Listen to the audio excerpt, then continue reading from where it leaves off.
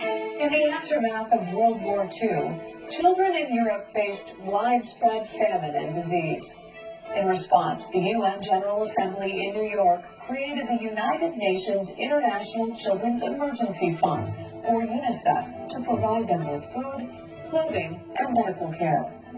The fund, now called the UN Children's Fund, was established on this day in 1946. During its first ever session of the United Nations General Assembly on December 11, 1946, a Polish doctor named Ludwig Reichmann produced establishing a short-term relief organization for children devastated by war. The vote was unanimous. An organization for providing food, clothes, and health care. The United Nations International Children's Emergency Fund, or UNICEF, was born. Reichmann considered its founder. It wasn't anticipated that it would be needed for too long, maybe 3 or 4 years. But then, when it was decided that the fund was needed for much longer, and for children who are outside of Europe, in the whole of the world, it became a permanent part of the United Nations by a resolution of the General Assembly in 1953. Politics were to play no role in UNICEF. UNICEF has always been non-political. In fact, one of our founding principles was the idea that there is no such thing as an enemy child. And it meant we work on both sides of any political or civil strife. And it meant everybody recognized that what we were doing is not something that would be for one side or the other. And our neutrality was well established in the 1940s, and it's still recognized to this day. We have no politics. Our politics are to work for children.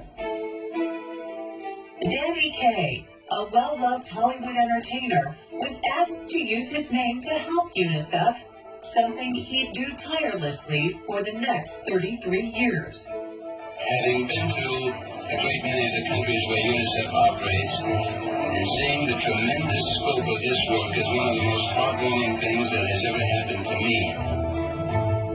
He'd travel the globe as UNICEF's ambassador at large and document his experiences in a 1955 movie called Assignment Children. I guess you could sum it up by saying better health, which means better living for the children of the world. And who'd argue with that? Its initial mission was to provide aid for children who had been affected by World War I in Europe and in Asia, particularly in China. But that changed in 1953 when the United Nations decided to expand UNICEF's scope of operations from just emergencies, in other words, people affected by war or natural disasters, to everything. And changed even the name of the organization. It became United Nations Children's Fund in 1953, but maintained the acronym which was well known of UNICEF. At its peak, UNICEF was supplying milk and food for more than 6 million children. Its nickname became Milkmen to the World.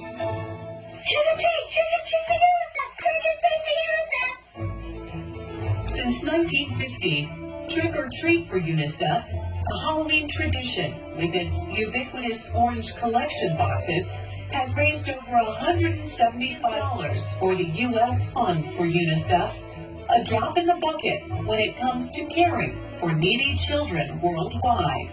The funding for UNICEF is, of course, through voluntary contributions from the countries of the United Nations. In addition to that, governments give money to UNICEF, so that the U.S. is one of the UNICEF's biggest donors. And there are many countries who give very nominal amounts, but whatever they give, we welcome their contributions. We also get contributions from corporations, usually through the national committees.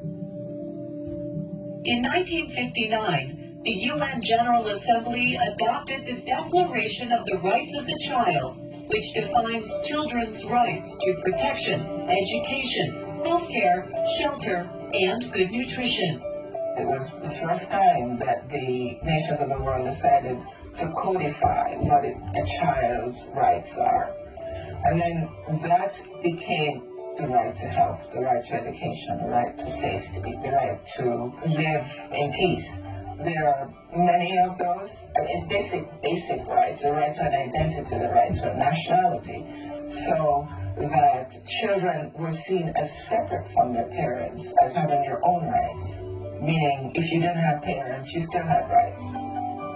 Through the decades, relief efforts have spread worldwide and the missions been expanded. And we discovered that in order to help children, we have to help their mothers.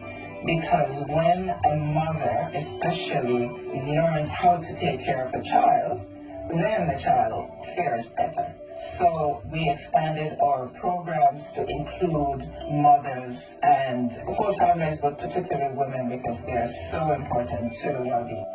UNICEF's contributions to the world were legendary, winning the 1965 Nobel Peace Prize for the promotion of brotherhood among nations. It was a great privilege to represent here today the United Nations Children's Fund.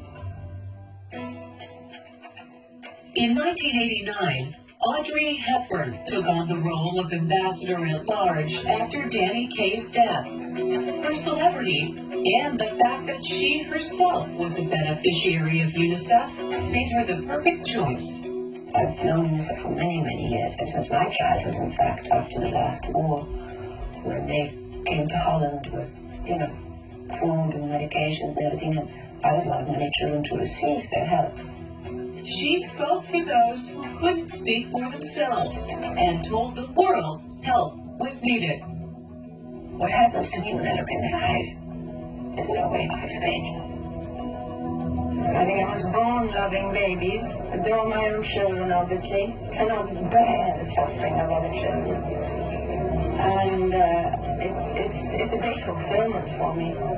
I'm finally doing what I really want to do.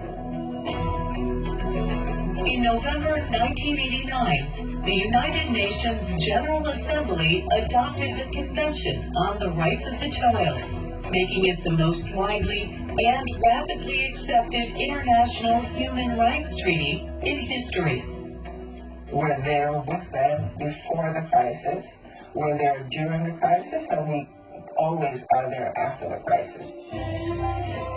Over the years, other huge name celebrities have always lent their names and voices to the cause. I'm here with UNICEF and to sort of see what we can do to bring more love and support to the children of Haiti.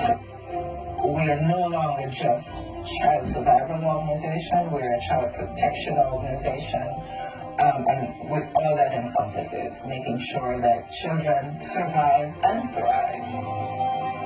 Active in more than 190 countries, UNICEF has helped save more children than any other humanitarian organization. This is due to immunization, it's due to primary health care being part of our mission, it's due to better education, and primarily because governments of the world have been encouraged to come on board and put children first.